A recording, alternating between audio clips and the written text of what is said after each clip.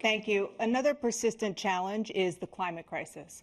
2023 was the hottest year in recorded history, and communities across the country are confronting the devastating effects of extreme heat, intensifying wildfires, stronger hurricanes, and rising sea levels.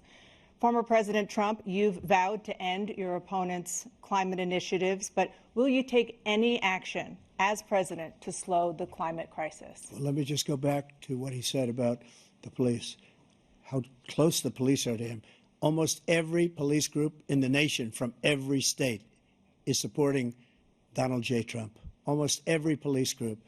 And what he's done to the black population is horrible, including the fact that for 10 years he called them super predators. We can't, in the 1990s, we can't forget that. Super predators was his name, and he called it to them for 10, and they've taken great offense at it, and now they see it happening.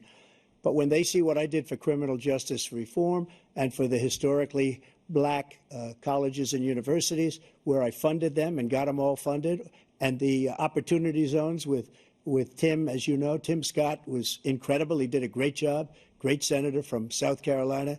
He came to me with the idea, and it was a great idea. It's one of the most successful economic development acts ever in the country, opportunity zones. And the biggest beneficiary are blacks. And that's why we have the best numbers with them in maybe ever. They're saying ever. I read this morning where ever, the best numbers. He's lost much of the black population because he's done a horrible job for black people. He's also done a horrible job for Hispanics. But wait till you see these millions of people pouring into our country, and they're going to take the jobs, and it's already started, and you haven't seen anything yet. It's a disaster. You've 38 seconds left. President Trump, will you take any action as president to slow the climate crisis? So I want absolutely immaculate clean water, and I want absolutely clean air, and we had it.